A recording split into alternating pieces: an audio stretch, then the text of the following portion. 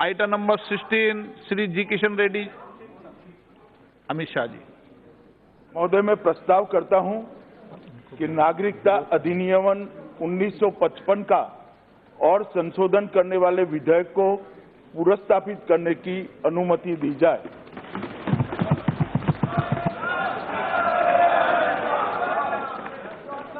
हाँ, मैं आप विराजें, आपके नेता बोल रहे हैं। 1 मिनट बशीर भाई विराज। सर प्लीज, माननीय सदस्य प्लीज थोड़ा समय दीजिएगा sir please.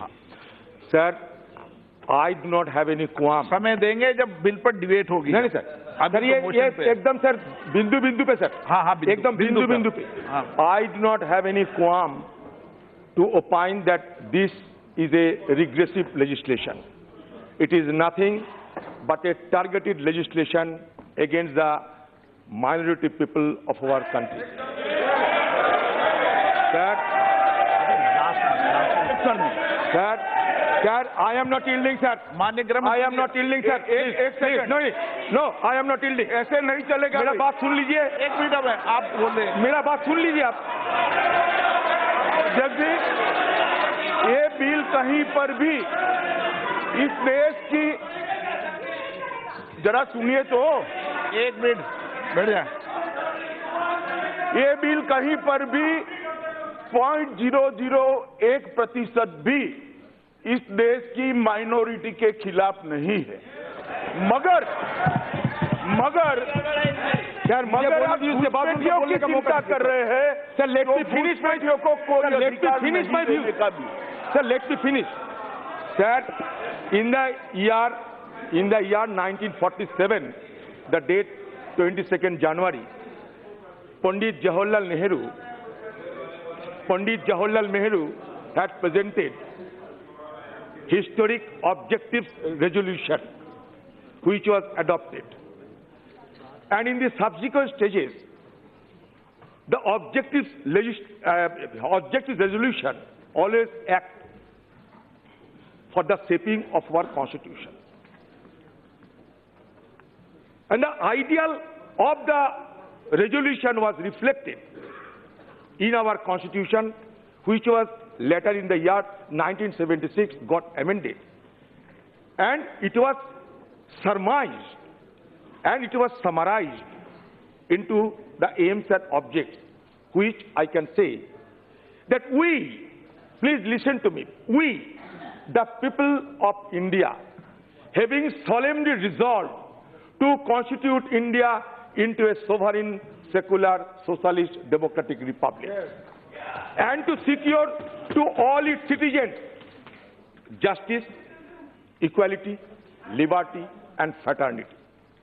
In this Constituent Assembly, 26 November 1940, sir, please, आप डिस्टर्ब करेंगे तो कहाँ जाएंगे? सर, अगर आप डिस्टर्ब करोगे तो कहाँ जाएंगे? अरे गृहमंत्री, हमें रक्षा करो।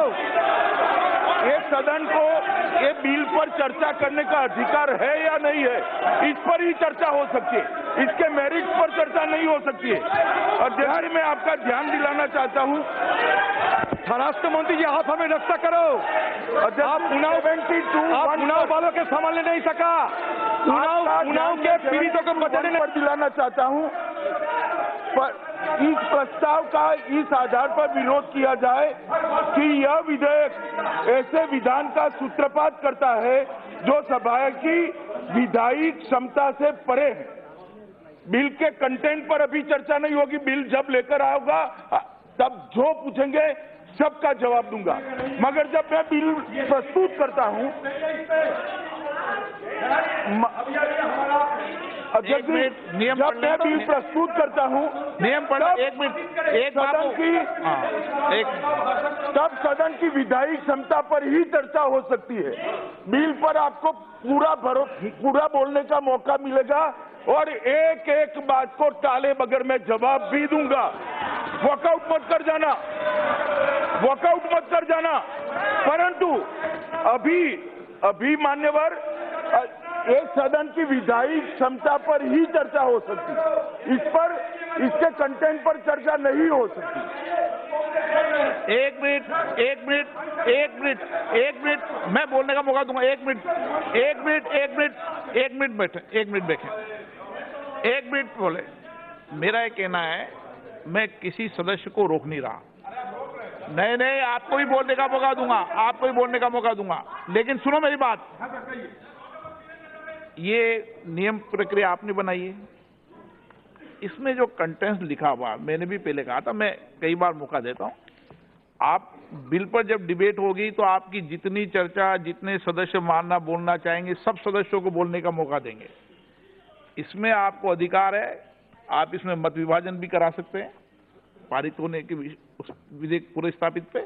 तो अपना विषय संक्षिप्त में रख दें, बाकी बिल डिटेल पर रख देना।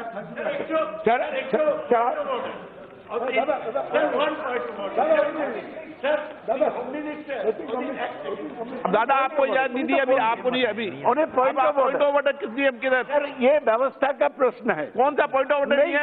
नियम अंडर रूल 72(1). एक मिनट दादा, अभी व्यवस्था दे रहा हूँ। अभी सर आप बोलने की व्यवस्था कर रहा हूँ, अभी को मौका दिया मैंने। मंत्री जो बता, Adhir Ranjan ji, Adhir Ranjan sir, in this constituent assembly we do. हाँ, एक आपको मैं मौका दूंगा, पहले इनको मौका दूंगा। हाँ, but on a point of order, I am saying that what the Home Minister said is not right. A person may oppose the bill per se. He must give some reasons for opposing the bill.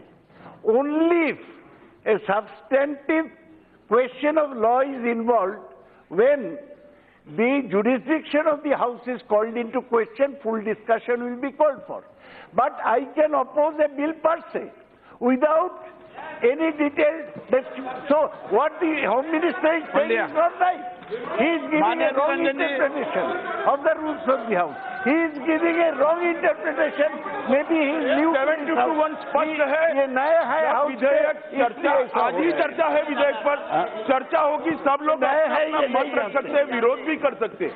अभी इसकी विधायी क्षमता, जानकारी में कमी है, विधायी क्षमता पर ही चर्चा हो सकती है। अधीर रंजन जी, एक मिनट माता दीजिए। नहीं, मेरा कहना, आप तो पूरा भाषण हो आपको। सर कुछ वक्त पहले सर, अरे आप कुछ नहीं जानते, बेकार बोलते हो। Very clear. If it is out of the legislative competence, बेकार बोलते they can oppose it. It is within the legislative competence. 72(1) says, if the motion to leave introduce the bill is opposed, Speaker, if he thinks fit, after permitting the brief sir ये क्या बोल रहे हैं sir आप? ये क्या हो रहा है? Who wrote the motion may without further debate put on the question. Sir, सुनिए sir, provided that where motion is opposed on the ground that bill initiate the legend outside the legislative competence of the House, the Speaker may permit the full. ये outside the permission क्या है sir? इसको तो पूरा debate कर रहे हो। इसको तो सिर्फ इंटरेक्शन होना या नहीं होना, इतना ही होना चाहिए sir. If it is out of the legislative competence, then let him say that. मंत्री जी, माननीय प्लीज आप सब बैठ जाए। हाँ माननीय, देखो माननीय सदस्यगण, एक मिनट बैठे, एक मिनट देखे, एक मिनट। हाँ दूंगा, एक मिनट सबको दूंगा, सबको मौका दूंगा। आप जितना बोलना चाहें सबको मौका दूंगा। मैं कह रहा हूं कि नियम प्रक्रिया एक बना रखी है, लेकिन फिर भी सामान्य रूप से आपकी उसकी विषय के लिए मैं हमेशा आपको मौका देता हूं। कभी मैंने मौका देना नहीं किया। आप पॉइंटेड बात कर दें, अगर पॉइंटेड बात नहीं बोलेंगे तो फिर पॉइंट आपको पूरे स्तर पर पूरा जवाब भी सुनना पड़ेगा। फिर माननीय मंत्री जी का ये भी सुन ले फिर। हाँ, फिर आप इस जितना विषय बोलेंगे उतनी देर जवाब भी सुनना पड़ेगा, ये भी विचार कर लें। एक मिनट सर प्लीज बोले, क्या हो रहा है सर ये? अधीर Ranjan ji, Adhir Ranjan Sir, 10 years, for the past 10 years, more than 10 years, the Sri Lankan Tamils, they are Christians are there, Muslims are there, other people are there, saying more than 10 years. So some deficiency should be corrected by the Home Minister. That is my माननीय अध्यक्ष जी, फिर से मेरी पर चर्चा हो रही है। मेरा इतना ही कहना है, we are opposing the movement. सदन की विधायी क्षमता पर ही अभी चर्चा हो सकती है कि सदन के पास अधिकार है या नहीं है कि इस बिल पर चर्चा हाथ में ले। ये जो कह रहे श्रीमान बालू जी, अधीर रंजन जी, वो मेरिट्स में जा रहे हैं। जब डिस्कशन होगा, मैं विधेयक पर चर्चा शुरू करूंगा, मुझे सुनने के बाद उनको भी बोलने का मौका मिलेगा, सब लोग अपना पक्ष रखें, मैं जवाब भी दूंगा, उसके बाद में सदन निर्णय करेगा। मुझे लगता है कि पुनर्स्थापित करने की समय पर ये सारी चीजों की चर्चा नहीं इसलिए होनी चाहिए क्योंकि ये सदन की कॉम्पिटेंसी का सवाल नहीं है, ये बिल के मेरिट्स पर चर्चा करें। It's a half-backed motion. It's a half-backed motion. That is why it has to be fulfilled. बैठना, हाँ, एक मिनट। सर, ये एक अमेंडमेंट है हिंदुस्तान की एक बड़ा विषय पर, तो मैं जो पढ़ रहे थे वो प्रियम्बल ऑफ द कॉन्स्टिट्यूशन पढ़ रहे थे, वो क्या अच्छा नहीं लगता आपको? मैंने कहा था we in the constitution assembly on 26 November 1949 do hereby adopt and enact and give us the constitution। ये कॉन्स्टिट्यूशन के मतलब क्या है? ये कॉन्स्टिट्यूशन के मतलब होता है जस्टिस, इक्वालिटी, लिबर्टी, फ्रेटर्निटी। ये प्रियम्बल को ठुकरा रहे हैं, आर्टिकल 14 को आप अंडरमाइन कर रहे हैं, आर्टिकल 14 को आप आक्रमण कर रहे हैं। तो ये तो हमारा संसदीय नहीं साहब, हमारा लोकतंत्र की ढांचा है। Sir, I rise Sir, I rise to आप भाषण मत दें। एनके प्रेमचंद्रन जी, एक minute. Sir, I rise to oppose the introduction of the Citizenship Amendment Bill 2019 on specific grounds as एक मिनट अधीरदा सर, स्पीकर सर, ये point of speaker sir, I am on my leg, sir, I am on my leg, sir। आपको भी नहीं जाए दीजिए। अब एक minute, एक सेकंड। स्पीकर सर, बालू जी प्लीज सब बैठ जाए एक बार। हाँ, एक minute. Speaker sir, sir, I am opposing on the grounds, sir. Number one, sir, I am fully abide by the rulings of the Honorable Speaker, and what the Honorable Home Minister has rightly pointed out. Yes, we are challenging the आप legislative. बैठो ना माननीय सदस्य। बैठे भैया। We are आपने बोल दिया ना, आपने बोल दिया पूरा विषय, तो मैंने आपको बोलना इसी विषय पर दिया ना। Sir, I am challenging. एक मिनट, हाँ अधीर रंजन जी, एक मिनट में आप बात करें। That the preamble of the Constitution has engraved the basis of our democratic fabric, and any deviation from it would render any statutory enactment not only nugatory but also unconstitutional. Whether it is the Constitution that is expounded or the constitutional validity of statute that is considered a cardinal rule is to look to the preamble to the Constitution as the guiding light. The preamble embodies and expresses the hopes and aspirations of the people. Sir, Article 5 to 11 of the Constitution deals with the Citizenship and Citizenship Act was thereafter drafted, keeping in mind the guidelines Act fixed and prescribed by the Constitution itself. The concept of citizenship cannot be read in isolation, but has to be read extensively with the articles enunciated in our Constitution itself. Sir, कहाँ मैं बाहर बात करते हैं? The amendment goes against the essence of Article 5, 10, 14 and 15 of the Indian Constitution. Article 5 deals with the citizenship of the commencement of the Constitution, and Article 10 deals with the continuance of the rights of citizenship. The aforementioned articles define and protect the right of the citizenship of Indians, which is in serious threat if the said amendment is sought to be brought. Article 14 guarantees equality before law. Article 15 protects every person discrimination on the pretext of religion, race, caste, sex, place of birth, and any of them. Yes, Article 11, Amit Shah ji, Article 11 of the Constitution further empowers the Parliament to legislate on citizenship, but but it has to be borne in mind that the said legislation is subject to Article 13, which envisages an express bar to legislation inconsistent with the fundamental right guaranteed under Part 3 of the Constitution. आप बोलिए आइन मंत्री जी कहाँ गलत किया? इनके प्रेमचंद्र जी, अब आपको भी पूरा मौका दे दिया. That is why, sir. आप और सदस्यों को मौका देंगे. इनके Premchandra ji. Thank you, Mr. Speaker, sir.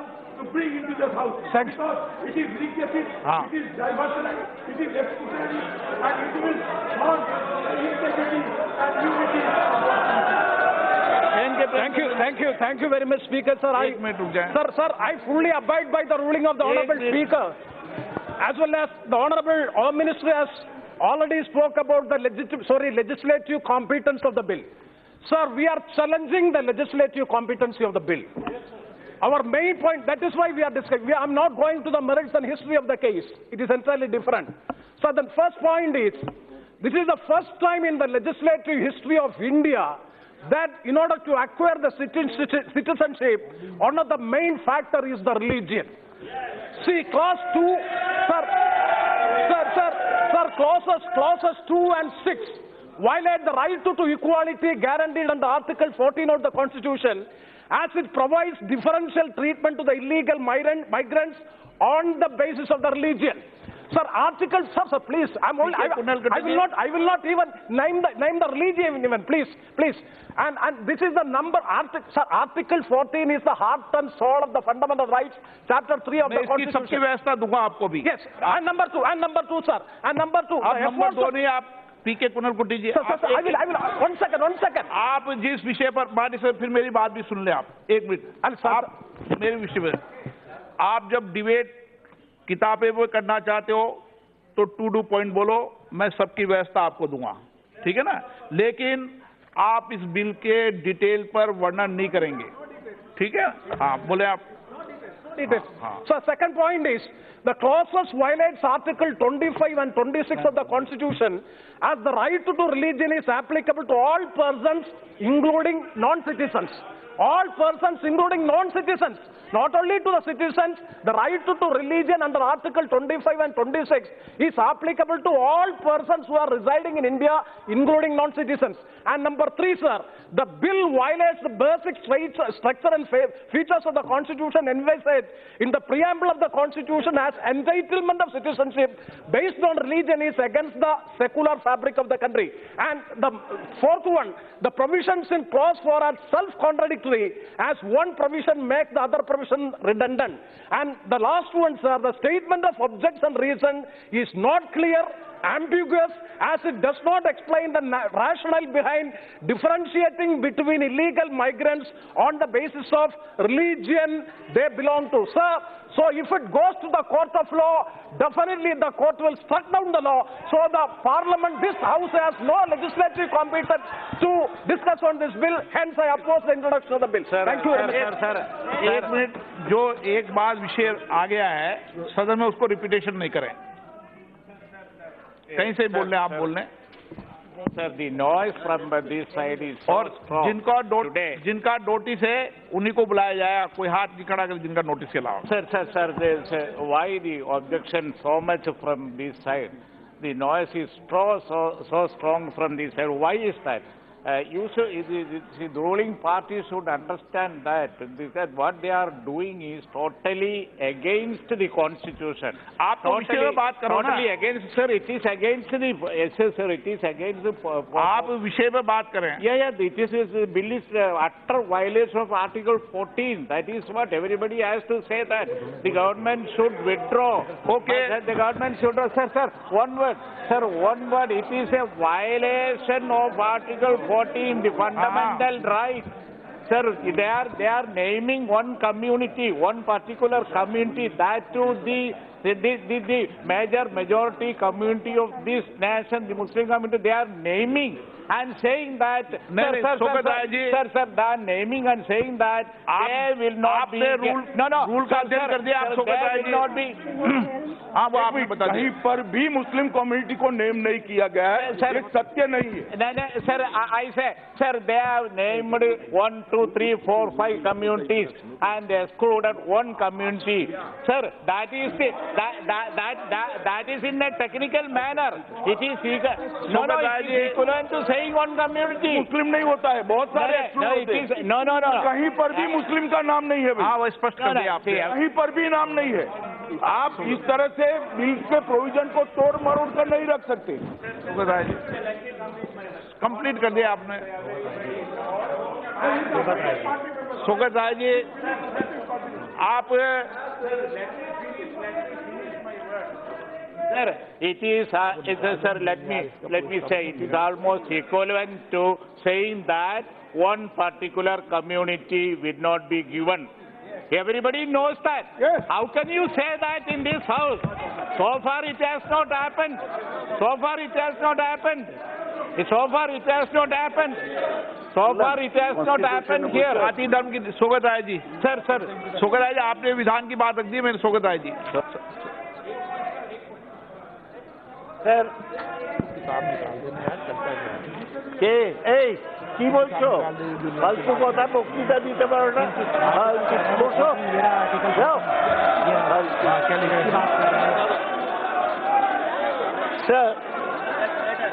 Sir, I rise to oppose the Citizenship Amendment Bill, its introduction under Rule 72, one of the rules of procedure. Sir, this is the book, but I do not refer to only the book. This is 72:1. I think that the Home Minister, being new to this house, is not fully familiar yet with the rules of procedure.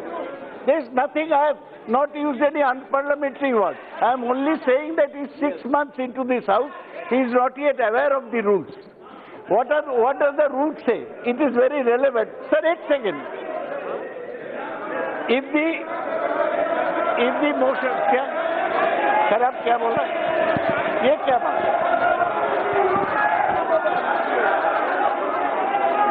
मैं कुछ खराब बोला? काम ज्यादा है, sir थोड़ा house को order में लाइए। सर थोड़ा हाउस को ऑर्डर में लाइए। ये लोग मारेंगे क्या मुझे? जवाब देना, मैं मौका दूंगा। आओ मारो।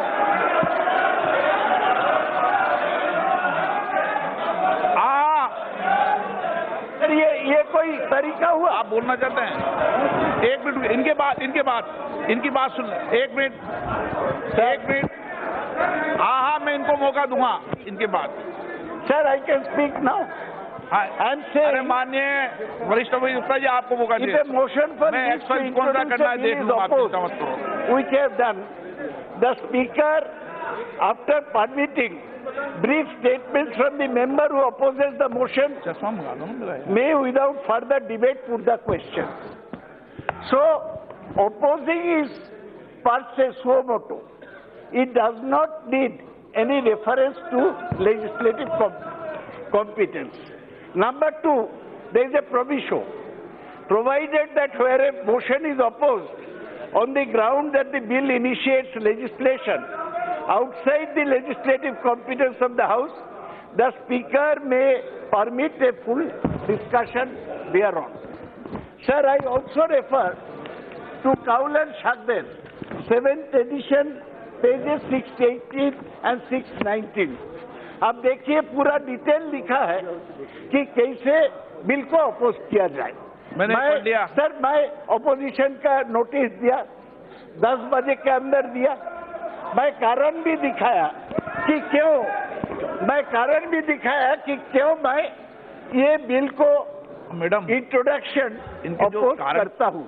सर मुझे आपसे ये कहना है, विनती करना है कि आज संविधान बड़ा संकट में है। जो अम्बेडकर साहब, जवाहरलाल नेहरू मारेंगे क्या? मारिए, आइए, यही तो कर सकते। मारिए, आइए, आइए, मारिए, मारिए, मारिए, संकट, मारिए, आइए, आइए, बोलिए। ठीक है, कोई काम नहीं है सर।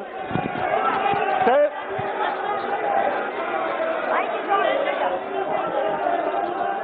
सर माननीय सदस्य, सर, प्लीज एक मिनट बैठे। आप भी बैठ जाएं।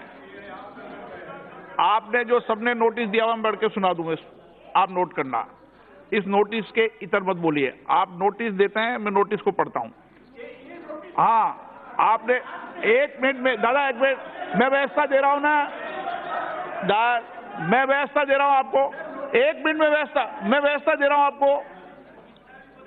हाँ, मैं नोटिस दे रहा हूं। Adhir Ranjan ji Chowdhury, article 14, article 15। अभी एन.के. प्रेमचंद्रन जी 14, 25 और 26, P K. Kuttur 14, professor Saugata Roy article 14, E T. Mohammed Basheer article 14 और 15। एम आरिफ जी ने कोई कारण नहीं दिया, बिना कारण के बोला भी नहीं जाता। श्री गौरव गोगोई जी आर्टिकल 5, 10, 14 और 15। शशि थरूर जी 14 और हाँ, एक मिनट, हाँ, 1 मिनट, मैं आपका नाम लूंगा जब आप बोलना। 1 मिनट, सब सुन ले एक बार मेरी बात को। अब जब कानून की बात करें तो फिर कानून की बात पर ही करें आप। जब आप सब कानून की, मैं अभी तक आपको मौका देता था कानून की विपरीत भी। अगर आप कानून से बात करना चाहते हो सदन तो कानून से चल जाएगा अभी सदन। अभी रुको, 1 मिनट व्यवस्था दे रहा हूं। नहीं, आपको मौका नहीं दिया। मत दो इनका जवाब। कोई नोट किसी का अंकित नहीं हो रहा। माननीय सदस्य जो बैठे बैठे बोल रहे हैं, कोई सदन की कार्रवाई का हिस्सा नहीं बन रहा। 1 मिनट, 1 सेकंड, हाँ बैठ जाएं। अब आप जो बोलना चाहते हैं, सोगर आर्टिकल 14 पर सभी लोगों ने विषय आर्टिकल 14 पर बोले। 1 मिनट तुम्हारा मौका देंगे। आर्टिकल 14 बोल दिया, मैं आर्टिकल 14 निकाल देता हूं। सर, मैं आर्टिकल 14 को सेवा भी उसको छोड़ के भी एक पॉइंट उठाया, वो पढ़ने दिया जाए। So let me first read article 14। Sir यही चलेगा हाउस में? हम लोग को मारेगा क्या? Sir article 14 says the state, sir, the article 14 says the state shall not deny to any person equality before the law or the equal protection of the laws within the territory of India. Now, if any person includes any community, if any community is left out of the purview of law, it is violative of Article 14 of the Constitution. This is what I was saying. Further, I heard the Home Minister 4 months ago in this House. He said, हमारा slogan है एक विधान, एक निशान, one country, one nation. Sir, please complete. Sir, it was said, it was said while abrogating Article 370. Sir, मुझे बोलने दिया जाए sir. Sir, while abrogating Article 370 relating to Jammu and Kashmir, it was said कि one nation, one law. So no separate law for Kashmir. Now you are bringing a law. You are saying that the areas included in the 6th schedule of the Constitution belonging to Meghalaya, Mizoram, Nagaland will not form part of the law. Also, the areas under the inner line permit, they will also be excluded. Now, the Home Minister proposing one law for rest of the country, one law for the 6 scheduled areas, one law for the inner line permits.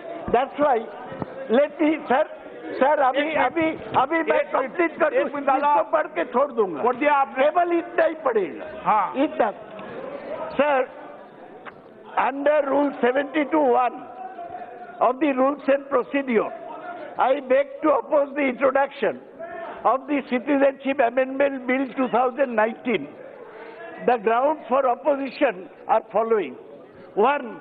The bill is divisive and unconstitutional. It violates Article 14 of the Constitution, which ensures equality before law of all persons. This law is against everything that our founding fathers and Dr. Ambedkar envisioned in the Constitution of India. Para 2. The bill, by leaving out the tribal area of Assam, Meghalaya, Mizoram or Tripura as included in the 6th schedule, इसमें क्या गलती क्या हुआ? ये parliamentary affair minister नहीं जानते हैं। हम ये कागज जो माननीय सदस्यगण, अरे नोटिस दिया हुआ, माननीय सदस्यगण, अरे माननीय सदस्यगण, सर इसको पढ़ने, हाँ बैठ गए। अरे मिनिस्टर उठ के रुकावट डालेंगे, इति मोहम्मद बशीर बात होगा। माना दादा इनको Bashir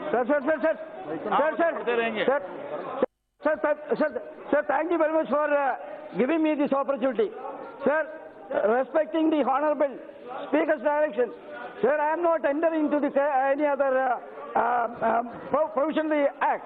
So what I am saying in brief is, sir, I am very sorry to say, sir, in the history of this House, which made tremendous loss, this is a dark day because this is the first time an enactment is coming dividing the people to Muslims and non-Muslims is a shame to the nation. Sir, I would like to say, sir, Article 14 of the Constitution, sir, equality before law, equality. अध्यक्ष एक minute माननीय सदस्यगण, फिर मैं आपसे आग्रह कर रहा हूं। गृह मंत्री जी ने इस बिल की मंशा को आप सबको बता दिया है। विराजे, एक मिनट आप विराजे, मैं आपको व्यवस्था दे रहा हूं। हाँ, सिट डाउन। उन्होंने इस बिल की मंशा के बारे में एक संक्षिप्त में आपको दे दिया और आर्टिकल 14 और 15 भी मेरे पास है, दोनों भी, ठीक है ना। 14 में तो 2 लाइन लिखी है, पढ़ के सुना दूं सभी सदस्यों को। नहीं, मैंने तो सबको लिया। भारत के राज्य क्षेत्र में किसी व्यक्ति को विधि के समक्ष समता से या विधियों के समान संरक्षण से वंचित नहीं करेगा। अब इस पर जब एक मिनट सुने, हाँ, एक मिनट सदस्य, जब इस पर डिटेल चर्चा होगी बिल पर, अब आप माननीय सदस्य बिल की मेरिट पे तो नहीं बोल रहे हैं, भाषण कर रहे हैं। आप मेरिट क्यों बिल नहीं लाया, विधेयक लाया जाए, पुरस्तावित क्यों नहीं, इस पर बोले ना। आप तो डिबेट पर भाषण कर रहे हैं। आप सो गए दादा हो। हाँ। अध्यक्ष महोदय, अभी तक उत्तर पूर्वांचल को लेके किसी ने भी नहीं बात रखी। मैं पहला व्यक्ति हूं जो कह रहा है कि उत्तर पूर्वांचल के राज्य को article 371 A, B, C, F, G के तहत स्पेशल प्रोटेक्शन मिला है। ये बिल उन सारे प्रोविजंस को उल्लंघन करता है, असम अकॉर्ड का ये उल्लंघन करता है, पूरी तरीके से डिस्टेबलाइज करता है, इसलिए इसके विरोध में है। शशि थरूर जी,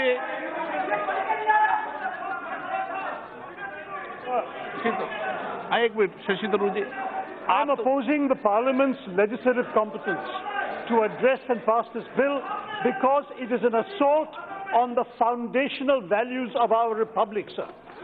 The nationalist movement did not divide on ideological grounds or on regional grounds or geographical grounds or linguistic grounds. It divided on one simple principle, sir. Should religion be the determinant of our nationhood? The fact is, sir, Those who said that religion should determine nationhood, they formed Pakistan. That was the idea of Pakistan. And Mahatma Gandhi, Jawaharlal Nehru, Dr. Ambedkar, Maulana Azad, they all said religion cannot determine nationhood. Our nation is a land for everybody, sir. That is why this is violative of the fundamental structure of the Constitution of India. It betrays the preamble, sir, which is given you a notice that the preamble constitutes an integral part of the basic structure. That is violated. It violates Article 14, as others have pointed out, which applies to all persons, not just citizens. And finally said, enshrines discrimination against the values of our Constitution. I therefore believe we do not have the competence to discuss this bill. It should not be brought forward and introduced. Thank you, sir. Sir मैं सिर्फ 4 point पर आपकी तवज्जो चाहता हूं sir, सिर्फ 4 point, ज्यादा नहीं बोलूंगा सर। आप तो 40 बोलना नहीं, 4 ही डिबेट पे। क्या कहा सर आपने? नहीं सुना सर। आप डिबेट पर 40 बोलना, आपको पूरा समय नहीं सर, 40 में वक्त नहीं है सर, 4 ही बोलूंगा सर, ये जवाब नहीं दे पाएंगे सर। पहली बात यह है कि सेक्युलरिज्म इस मुल्क का बेसिक स्ट्रक्चर का हिस्सा है, केशवानंद भारती में कहा गया, आर्टिकल 14 में कहा गया। दूसरा, ये एक्ट हम इसलिए मुखालिफत कर रहे हैं क्योंकि ये फंडामेंटल राइट्स को वायलेट करता है, आर्बिट्री नेचर है, शायरा बानों में और नफ्तेज जोहर में से जिक्र है। तीसरा सर, बोमाई केशवानंद भारती है। चौथा, हमारे मुल्क में सिटीजनशिप का कॉन्सेप्ट सिंगल है और आप ये बिल लाकर सरबनंद सोनोवाल सुप्रीम कोर्ट केस का वायलेशन कर रहे हैं। पांचवा सर, चकमा को हमने सुप्रीम कोर्ट का केस है, सुप्रीम कोर्ट का तीसरा पॉइंट, सुप्रीम कोर्ट का केस है कि चकमा केस में चकमा को अरुणाचल प्रदेश में रहने की इजाजत है बगैर आयल परमिट के। आखिरी पॉइंट, मैं आपसे हाथ जोड़ के अपील कर रहा हूं कि इस मुल्क में ऐसे कानून से बचा लीजिए और आप होम मिनिस्टर को ही बचा लीजिए, वरना क्या होगा कि न्यूरमबर्ग रेस लॉज और इजराइल के सिटीजनशिप एक्ट में होम मिनिस्टर का नाम डेविड बेन गुरियन हिटलर के साथ लिखा जाएगा। आप उसको बचाइए सर। निकाल देगा।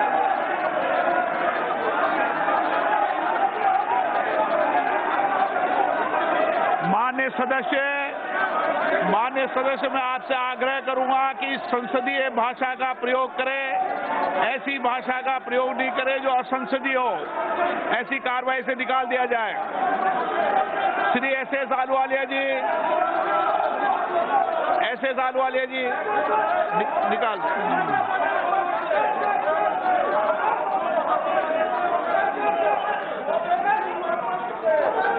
अध्यक्ष महोदय,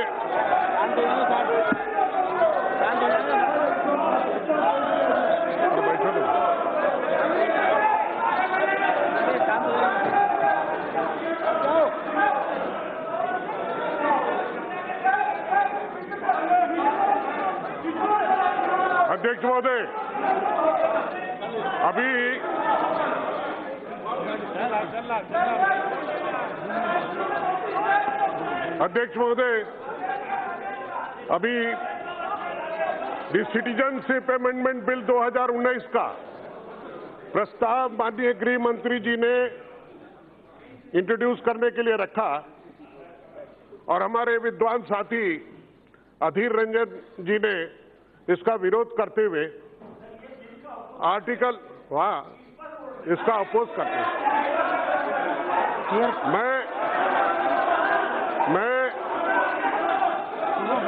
मैं article 14, article 5, article 10, article 14, article 25 और आर्टिकल 26 के बारे में बोल रहा हूं महोदय, जो कि मेरे ऊपर भी लागू होता है।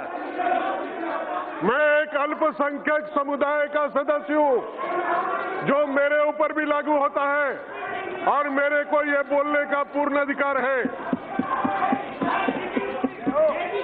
मैं आर्टिकल 5 के बारे में कहना चाहता हूं कि नागरिकता का ये विधेयक किस पर लागू होगा? अरे बहुत ना भाई, बहुत से जा आमियो माइनॉरिटी राशि, चलो इसमें आर्टिकल 5 का उल्लेख करते हुए जब इन्होंने बात रखी है कि at the commencement of the constitution every person who has his domicile in the territory of India, ये उनके लिए लागू होता है। किंतु आर्टिकल 10 जिसके प्रावधान को ही संशोधन करने के लिए गृह मंत्री ने यहाँ पर एक बिल इंट्रोड्यूस करने की कोशिश है, वो है article 10, every person who is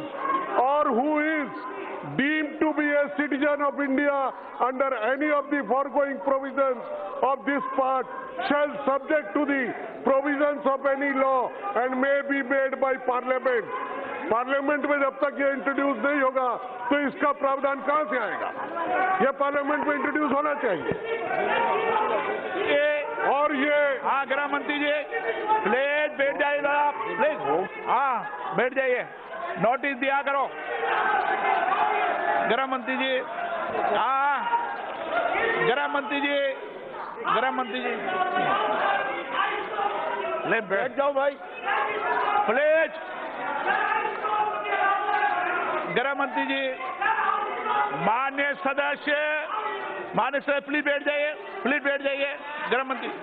आप नो गृह मंत्री जी आप बैठ जाए भैया, माननीय सदस्य प्लीज बैठ जाइए।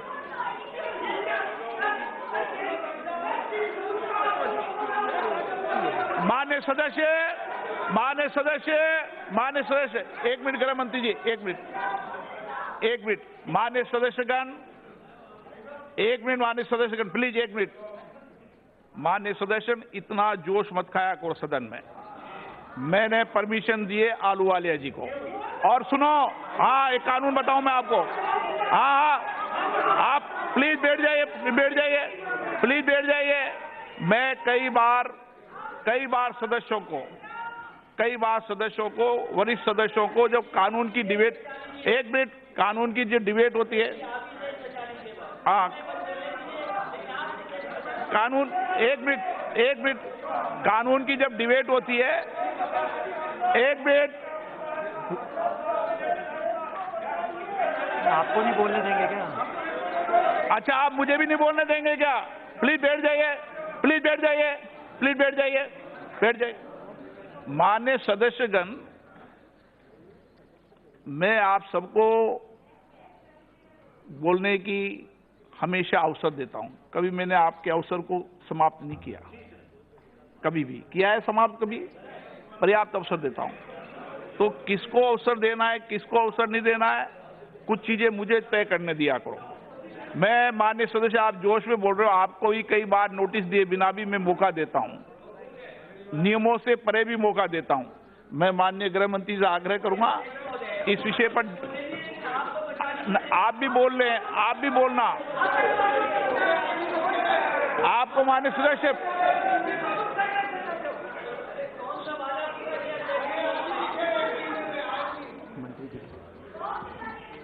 माननीय अध्यक्ष जी,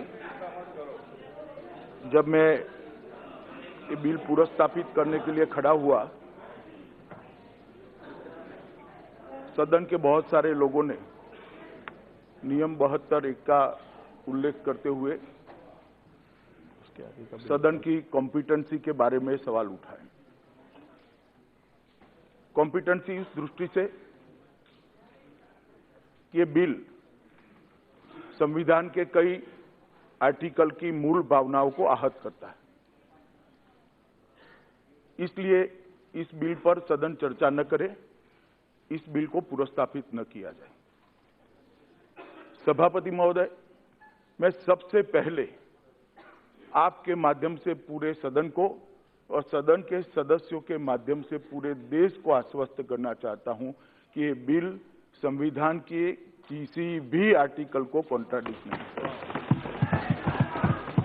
अब सुनेंगे तो सुने ना। सभापति महोदय, ठीक नहीं है।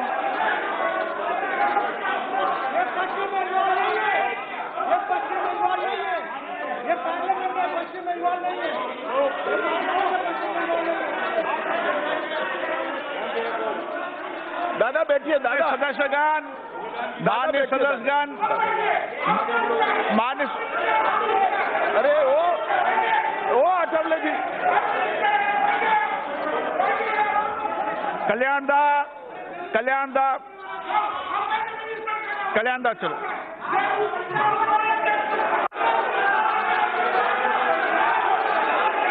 अरे बैठ जाओ भाई, बैठ जाओ।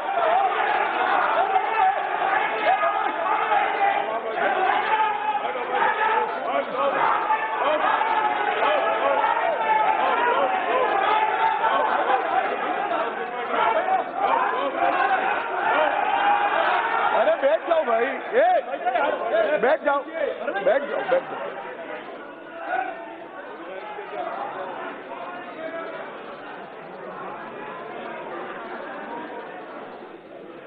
सभापति महोदय, मैं फिर से एक बार सदन के सभी सदस्यों को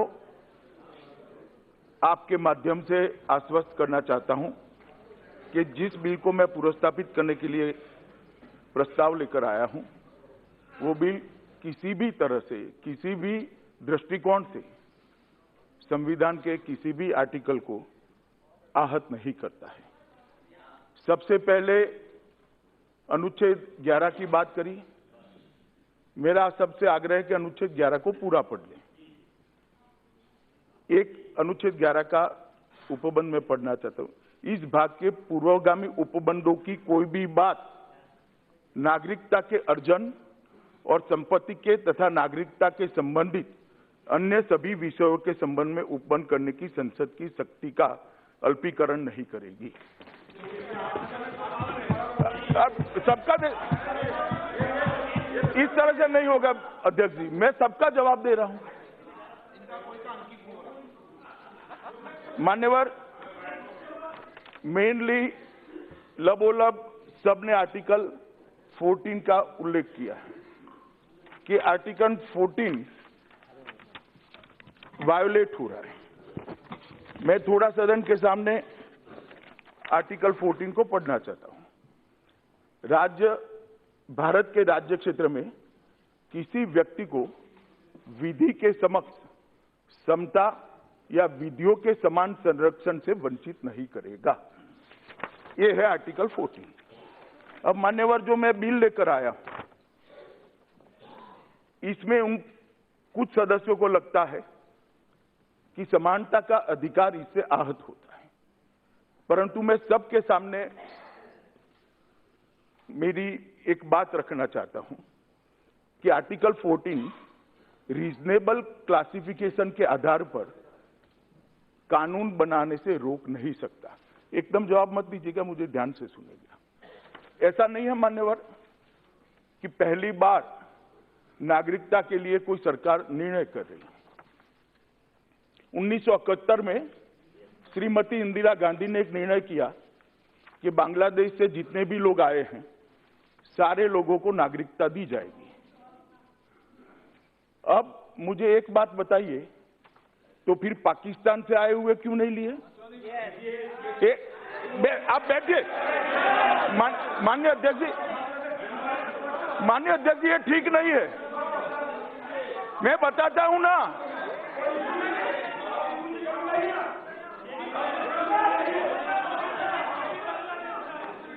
माननीय अध्यक्ष जी, उस वक्त मेरा छोटा सा सवाल है कि आर्टिकल 14 ही था, तो फिर सिर्फ बांग्लादेश क्यों? अभी अधीर रंजन चौधरी खड़े हो गए, उनका गुस्से होना स्वाभाविक भी है। मैं उनका गुस्सा समझ भी रहा हूं और गुस्से का कारण भी समझ रहा हूं। माननीय अध्यक्ष जी,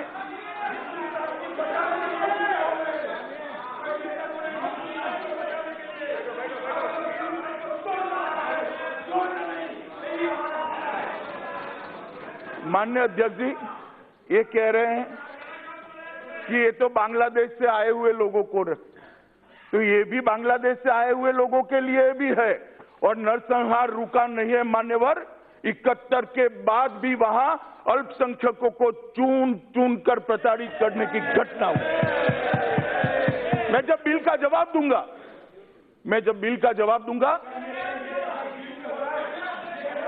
बिल पर ही कर रहा हूं मैं। आर्टिकल 14 पर ही बोल रहा हूं मैं। नहीं, आपने भी तो भाषण भाषण दिया तो था, होगा ही। आपने भी भाषण दिया था। मान्यवर, उसके बाद में युगांडा से आए हुए सारे लोगों को इस देश में कांग्रेस के शासन में ही शरण दी गई, नागरिकता दी गई। तो फिर क्यों युगांडा करा? इंग्लैंड से आए हुए लोगों को क्यों नहीं करा? सब करने चाहिए थे, क्योंकि एक विशिष्ट रीजनेबल क्लासिफिकेशन के ग्राउंड पर युगांडा वालों को दिया गया था। दंडकारण्य का कानून लेकर आए, तब भी सबको नागरिकता दी। सिर्फ क्यों उस वक्त भी बांग्लादेश करा 59 में? क्योंकि रीजनेबल क्लासिफिकेशन के आधार पर किया था। मान्यवर श्रीमान राजीव गांधी जी ने आसाम एकॉर्ड करा, फिर से 71 तक के सभी लोगों को स्वीकार कर लिया। क्यों 71 के बाद के नहीं करे? क्योंकि एक कट ऑफ डेट नक्की हुई तो आर्टिकल 14 वहां अप्लाई नहीं होता था। आर्टिकल 14 वहां पर पूरी दुनिया से आए हुए ले लो भाई 71 से। और मान्यवर, ऐसे समानता के अधिकार के कानून दुनिया भर के संविधान के अंदर है। मैं ढेरों संविधान को कोट कर सकता हूं। एक नागरिक यहां से वहां जाकर सिटीजनशिप ले ले, वो ग्रीन कार्ड देते हैं। किसके आधार पर देते हैं मान्यवर? जो ज्यादा निवेश करेगा, जो रिसर्च एंड डेवलपमेंट में कंट्रीब्यूट करेगा, इसको देते हैं। क्या समानता विकसित होती है? क्या नहीं होती है मान्यवर। एक रीजनेबल क्लासिफिकेशन के आधार पर होता है। और कई सारे कानून, इसको छोड़ दीजिए, मैं अभी बोलूंगा तो आपको अच्छा नहीं लगेगा, मगर समानता का आर्टिकल 14 का अगर आप जो मेरे विपक्ष के सदस्य मित्र करते हैं, ऐसा इंटरप्रिटेशन अगर समानता के कानून का करना है तो अल्पसंख्यकों के लिए विशेष अधिकार कैसे होंगे मान्यवर? बताइए मुझे। समानता का कानून अप्लाई वहां क्यों नहीं होता है? उनके एजुकेशन, माइनॉरिटी एजुकेशन इंस्टीट्यूशन को जो अधिकार मिला है वो एक सेकंड, वो आर्टिकल 14 वायोलेट करता है क्या? वो एक रीजनेबल, दादा बैठ जाइए दादा बैठ, अब मुझे सुनना पड़ेगा आपको। मैं एक एक चीज का जवाब देता हूं, बैठ जाइए। Please sit down, please sit down.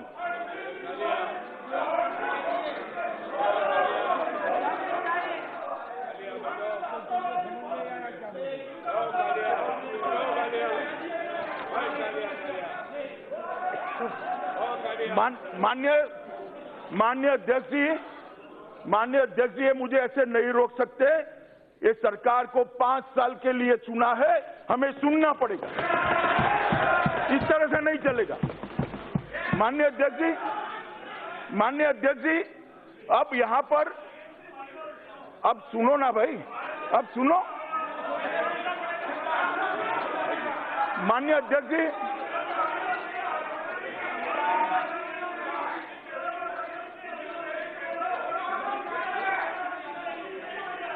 sit down.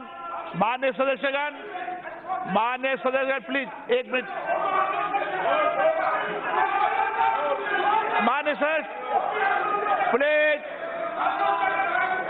दादा कल्याण जी, माननीय सदस्य अरे मत जवाब देना भाई, आप शांत होइए भाई। बिगाड़ना है आपको भी बिगाड़ना है। माननीय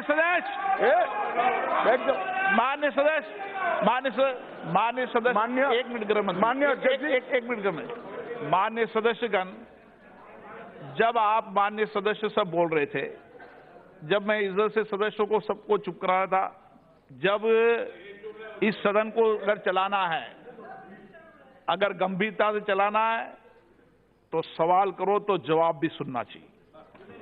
मैं आपको डिबेट के समय पर्याप्त अवसर दूंगा, ये मैंने आपको बताया है। बीच में कोई माननीय सदस्य गृह मंत्री जी के बीच में न अंकित होगा न उठे, ये मेरा आपसे आग्रह है। माननीय गृह मंत्री जी। माननीय अध्यक्ष जी, अब जब रीजनेबल क्लासिफिकेशन के आधार पर इस देश में आर्टिकल 14 के रहते ढेर सारे कानून बने हैं, तो यह केस के अंदर एक कानून को लाने के लिए रीजनेबल क्लासिफिकेशन का आधार क्या है वो मुझे बताना चाहिए। और मैं जब बिल पायलट कर रहा हूं, बिल लेकर आता हूं, तो मेरा दायित्व है कि मैं सदन के सामने रीजनेबल क्लासिफिकेशन का माननीय सदस्य बात नहीं करें, आधार सदन के सामने रखूं। माननीय अध्यक्ष जी, इस बिल के अंदर भारत की जमीनी सीमाओं से सटे हुए 3 देश, अफगानिस्तान, बांग्लादेश और पाकिस्तान। फिर माननीय सदस्य सब जवाब दूंगा भाई। माननीय सदस्य बैठ प्लीज। जाओ ना। माननीय अध्यक्ष जी, मैं रीजनेबल क्लासिफिकेशन। माननीय सदस्य आप माननीय सदस्य प्लीज। माननीय अध्यक्ष जी, मैं नेपाल का भी जवाब दूंगा, सबका जवाब दूंगा, मगर बिल जब चर्चा में आएगा तब। अभी जिक्र करना बंद कीजिए, हम भी चुप रहेंगे। माननीय सदस्य कैसे चल रहा है? प्लीज माननीय सदस्य आप मत करो। मैं सदन के नेता से आग्रह करूंगा अपनी गरिमा को बनाए रखें, आप विषय पर न उठे, अच्छा नहीं लगता। मैं मौका देता हूं।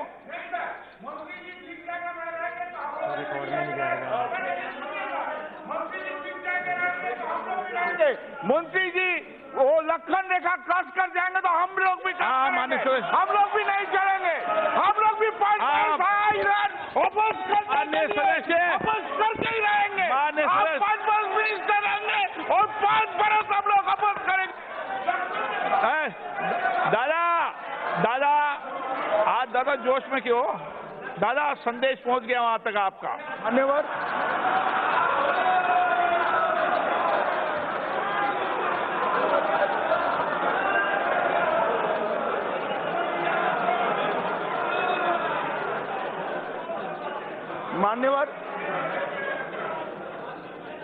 मान्यवर में रीजनेबल क्लासिफिकेशन के ग्राउंड पर था। मान्यवर, रीजनेबल क्लासिफिकेशन का ग्राउंड क्या है? ये बिल का जो प्रस्ताव लेकर, संशोधन लेकर मैं आया हूं, उसमें भारत की जमीनी सीमाओं से सटे हुए 3 देश, अफगानिस्तान, बांग्लादेश और पाकिस्तान। फिर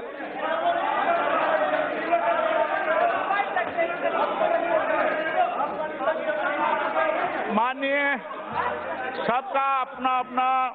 मान्यवर, इनको सभी सदस्य कह रहे हैं भारत की 106 किलोमीटर जमीनी सीमा अफगानिस्तान से सटी हुई है। क्या आप, मैं रिकॉर्ड पर कह रहा हूं, उकसाने से कुछ नहीं होगा, रिकॉर्ड की बात है।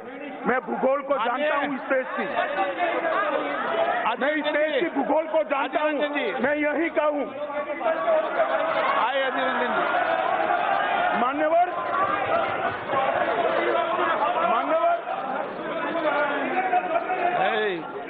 माननीय बताता हूं, माननीय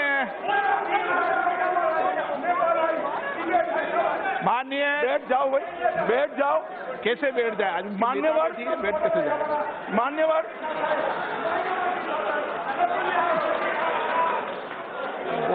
मान्यवर, मैं फिर से रिपीट करना चाहता हूं कि इस देश का 106 किलोमीटर का जमीनी सरहद।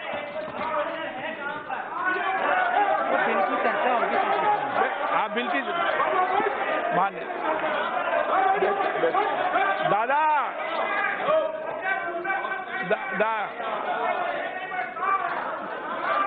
अरे मान्यवर, शायद ये लोग पाक ऑक्यूपाई कश्मीर को भारत का हिस्सा नहीं मानते हैं। मैं क्या करूं?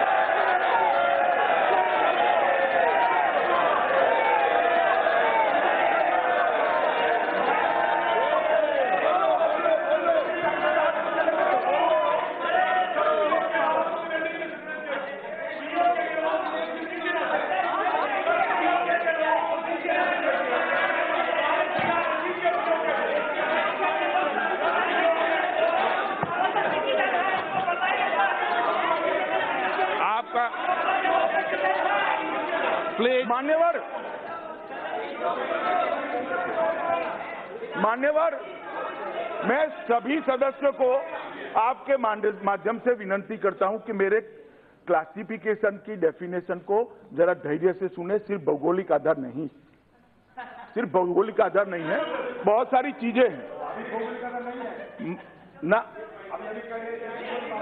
अरे वो भी एक है, वो भी एक है मान्यवर।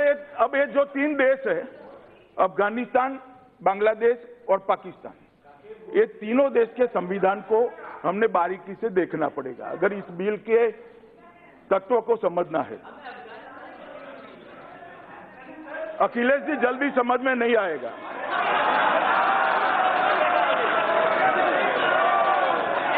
मान्यवर इनको इतना है तो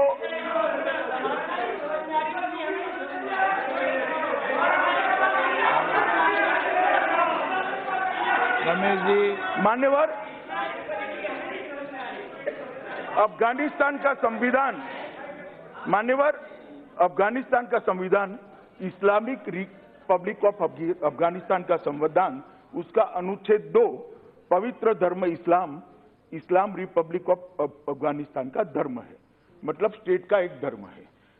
Pakistan, Islamic Republic of Pakistan, इसके अनुच्छेद 2 को देखिए, इसमें प्रावधान है पाकिस्तान राज्य का धर्म इस्लाम होगा। बांग्लादेश, बांग्लादेश के अनुच्छेद 2 क में रिपब्लिक राज्य बांग्लादेश का धर्म इस्लाम है। मैं इसलिए ये तीनों पड़ोसी देश के धर्मों का जिक्र करने वाला हूं, कर रहा हूं मान्यवर, क्योंकि ये जो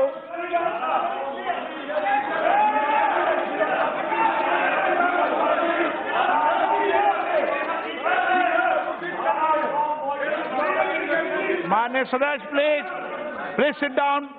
माननीय सदस्य sit down, please sit down, please sit down. मान्यवर में बहुत हो गया माननीय सदस्य। एक सेकंड, नहीं, प्लीज बैठ जाइए। एक सेकंड। मान्यवर में फिर से स्पष्ट कर दूं कि अभी मैं बिल पर नहीं हूं, बिल की कॉम्पिटेंसी को समझा रहा हूं। अब जब आप आपके वक्तव्य के अंदर दयानिधि मारन जी लंका का पूछेंगे, जरूर जवाब दूंगा, मगर मैं अभी बिल की वैधानिक कॉम्पिटेंसी के बारे में कह रहा हूं। ये नहीं है, वो नहीं है, चीन, जो दुनिया के जो देश का पूछना है वो पूछ लीजिएगा, मैं सबके जवाब दूंगा। मान्यवर अब आप तो बैठ जाइए सब। मान्यवर, ये तीनों जो देश है, ये तीनों देश के संविधान के अंदर वो राज्य का धर्म का जिक्र है।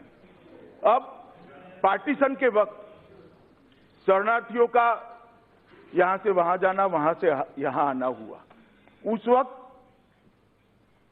नेहरू लियाकत समझौता हुआ 1950 में।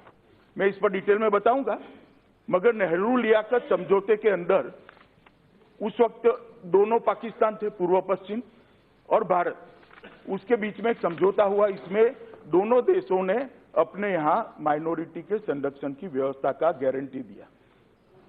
दुर्भाग्य से यहां पर इसकी अनुपालना ढंग से हुई और ये तीनों राज्यों के अंदर माइनॉरिटी पर, मैं जब बिल पर आऊंगा तब बताऊंगा मान्यवर, इतने अत्याचार हुए, इतने अत्याचार,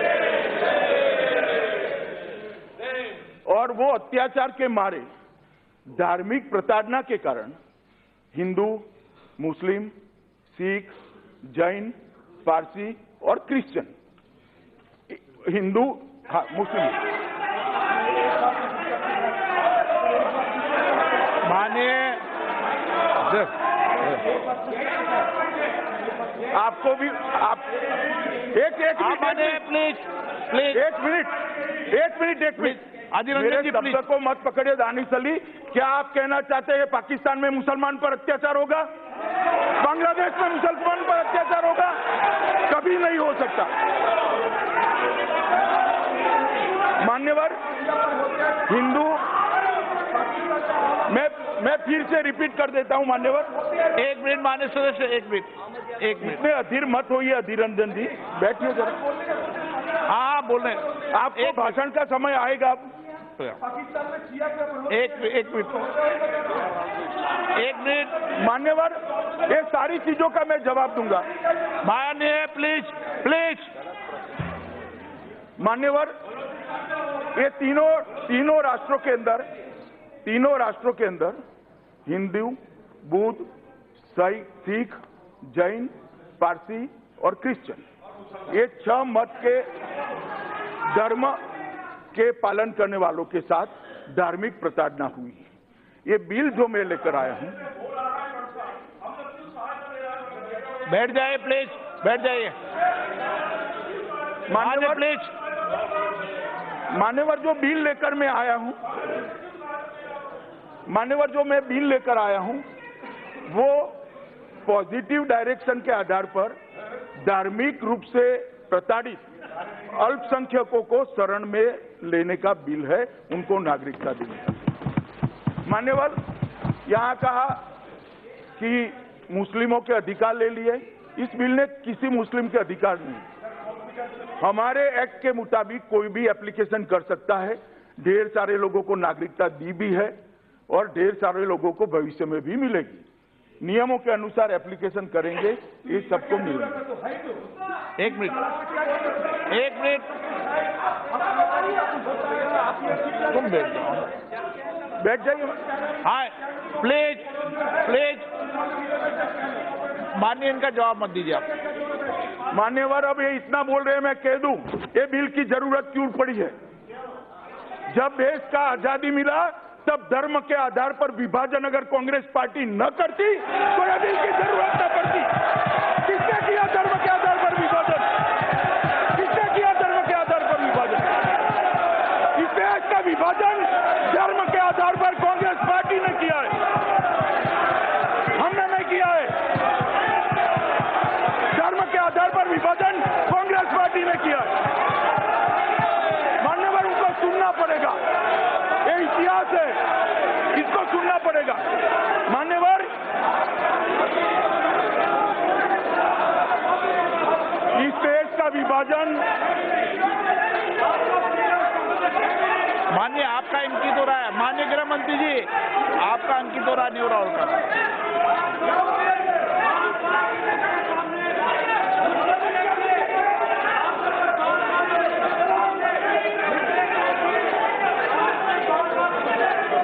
माननीय गृह मंत्री जी,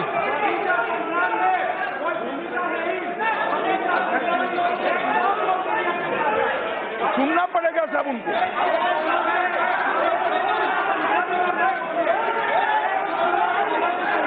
चलो प्लीज बैठ जाइए।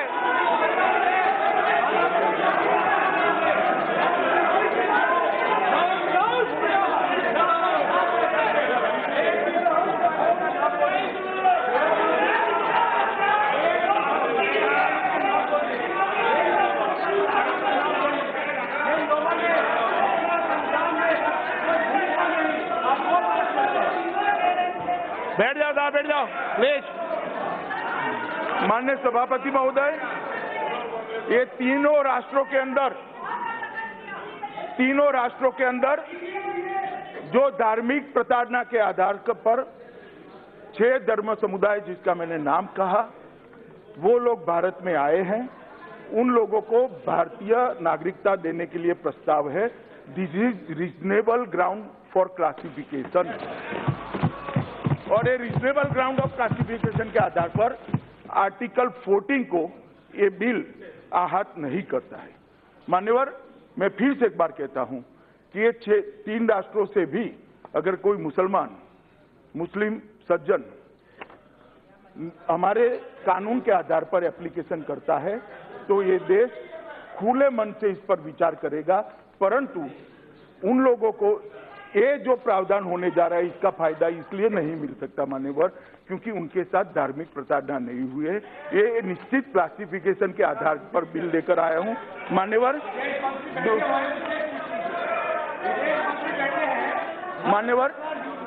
आर्टिकल 371, एक मिनट प्लीज। मान्यवर, आर्टिकल 371 का जिक्र किया।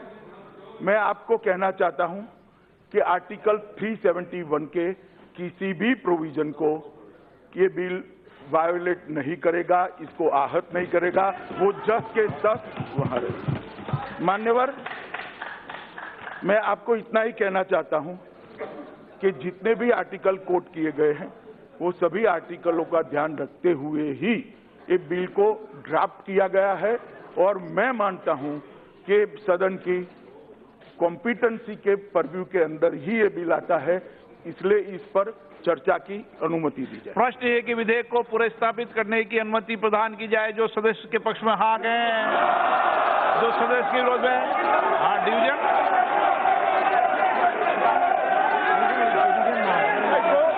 पुनर्स्थापित करता हूं। लॉबी खाली की जाए। हाँ, लॉबी खाली की जाए।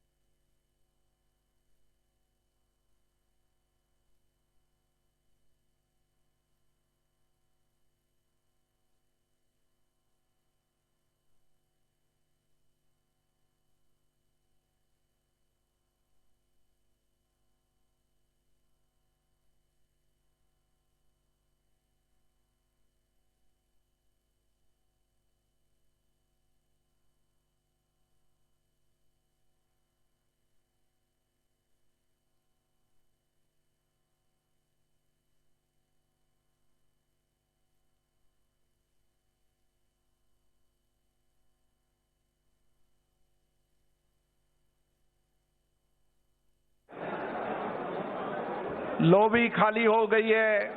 महासचिव।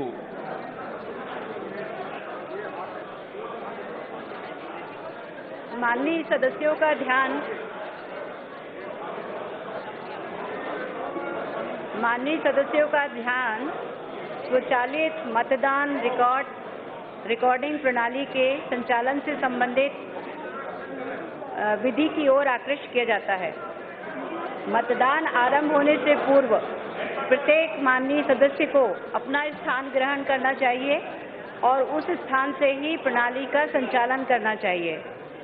जब माननीय अध्यक्ष अब मतदान बोलेंगे तो मैं महासचिव मतदान बटन को एक्टिवेट करूंगी, जिसके पश्चात माननीय अध्यक्ष के आसन के दोनों ओर डिस्प्ले बोर्डों के ऊपर लाल बल्ब जलेंगे और इसके साथ साथ गॉन्ग की ध्वनि भी सुनाई देगी। मतदान के लिए माननीय सदस्य केवल गॉन्ग की ध्वनि के पश्चात ही 2 बटन एक साथ दबाएंगे। इस बात को मैं पुनः दोहराना चाहूंगी कि केवल गॉन्ग की साउंड के बाद ही दोनों बटन दबाए जाएं।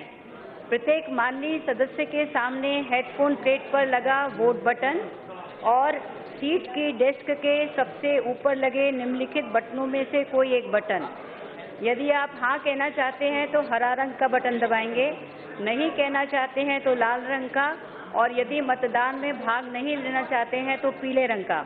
गॉन्ग की ध्वनि दूसरी बार सुनाई देने तक मैं ये भी बता दूं कि पहली ध्वनि और दूसरी ध्वनि के बीच में 10 सेकेंड का अंतर होता है और इस 10 सेकेंड के लिए आपको दोनों बटन दबा के रखने हैं और प्लाज्मा डिस्प्ले के ऊपर लगे लाल बल्ब भी उसी के साथ बुझते हैं। तब तक दोनों बटनों को दबाए रखना अनिवार्य है। माननीय सदस्य कृपया नोट करें कि उनके मत दर्ज नहीं होंगे यदि गॉन्ग की ध्वनि सुनने के पहले उन्होंने बटन दबा दिया हो और दूसरी गॉन्ग ध्वनि सुनाई देने तक दोनों बटन लगातार दबाकर नहीं रखे गए हों।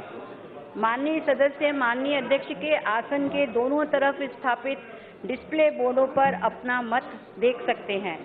मत रजिस्टर नहीं होने की दशा में वे पर्ची के माध्यम से भी मतदान कर सकते हैं। धन्यवाद। एक सूचना देना चाहता हूं। श्री प्रिंस राज, जिन्हें अभी तक विभाजन संख्या आवंटित नहीं हुई है, उनको सीट पर पक्ष विपक्ष में मुद्रित पर्ची अपना मतदान रिकॉर्ड कराने के लिए दी जाएगी।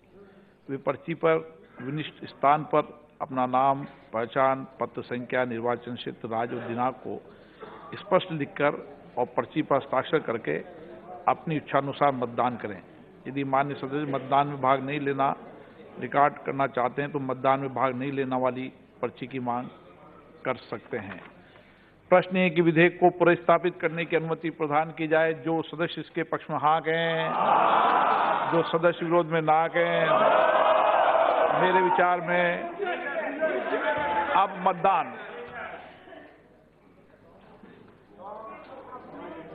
अब मैं प्रोसेस स्टार्ट करूंगी। आप गॉन्ग की ध्वनि सुनने के पश्चात ही बटन दबाएं।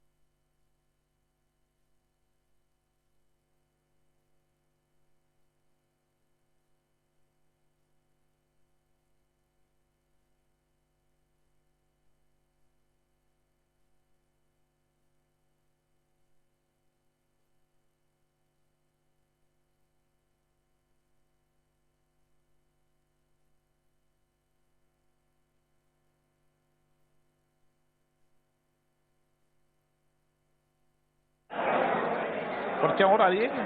पर्चियां आ रही है कि वेट करें?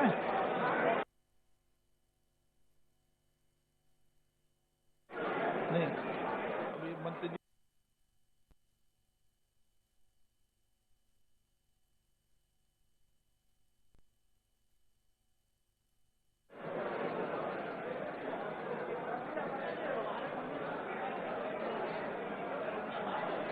आप बैठ जाइए, परिणाम भी सुन लिए। परिणाम आता है ना। माननीय सदस्य, परिणाम सुनो अपने अपने। शुद्धि के अध्ययन मत विभाजन का परिणाम इस प्रकार है। पक्ष में 293, विपक्ष में 82। मंत्री जी अब विधेयक को पुनर्स्थापित करें।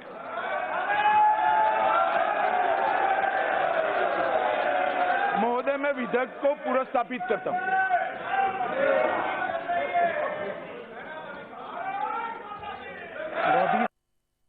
भी खोल दी जाए।